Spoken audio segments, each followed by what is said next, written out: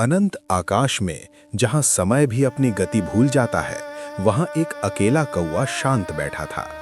वो साधारण कौवा नहीं था, वो था अमर ऋषि काकभुशुंडी। काकभुशुंडी को भगवान शिव का वरदान प्राप्त था कि वो समय और ब्रह्मांडों के रहस्यों को देख सके। उसने न केवल एक रामायण देखी थी, बल्कि असंख्य ब्रह्मांडों में राम कथा को घटित होते देखा था। हर ब्रह्मांड में कहानी लगभग समान थी, लेकिन छोटी छोटी घटनाएं सब कुछ बदल देती थीं। काकभुशुंडी ने एक ब्रह्मांड में देखा कि श्री राम वनवास के दौरान ऋषियों के साथ अधिक समय बिताते हैं, जिससे रावण से युद्ध जल्दी हो जाता है। दूसरे ब्रह्मांड में उसने देखा कि लक्ष्मण को शक्ति बाण नहीं लगता और युद्ध बहुत सरल हो जाता है।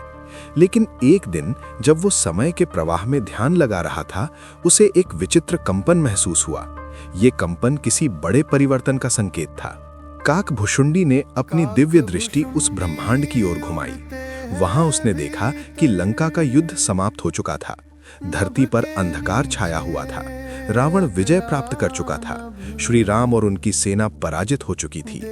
रावण ने अपने ज्ञान और शक्ति का उपयोग करके तीनों लोकों पर अधिकार कर लिया था। देवता भी भय में छिप गए थे। काकभुशुंडी समझ गया कि ये ब्रह्मांड संतुलन खो चुका है। यदि ये स्थिति बनी रही तो इसका प्रभाव अन्य ब्रह्मांडों पर भी पड़ेगा। काकभुशुंडी सीधे हस्तक्षेप नहीं कर सकता था, क्योंकि ब्रह्मांड का नियम था कि वो केवल साक्षी बन सकता है। लेकिन उसने एक उपाय खोजा।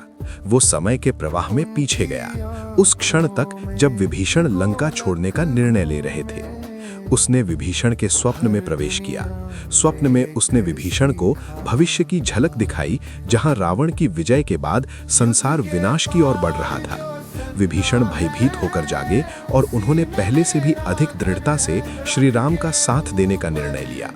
लेकिन इस ब्रह्मांड में परिवर्तन इतना सरल नहीं था। रावण को भी समय में हो रहे बदलाव का आभास हो गया। उसने अपने यज्ञ और तंत्र से युद्ध को और कठिन बना दिया। युद्ध भयंकर हो गया। इस बार श्री राम को विजय प्राप्त करने के लिए अपने भीतर की दिव्य शक्ति को जागृत करना पड़ा। अंततः श्री राम ने रावण का वध किया, लेकिन इस युद्ध ने ब्रह्मांड की संरचना को कमजोर कर दिया। जब संतुलन वापस आया, काकभुशुंडी ने गहरी सांस ली। उसे समझ आया कि हर ब्रह्मांड में धर्म और अधर्म का संघर्ष अलग रूप लेता है। वो फिर से आकाश में उड़ गया, क्योंकि उसे पता था कि अनगिनत ब्रह्मांडों में अनगिनत रामायण अभी भी घटित हो रही हैं, और वो अनंत काल तक उन सभी का साक्षी बना रहेगा।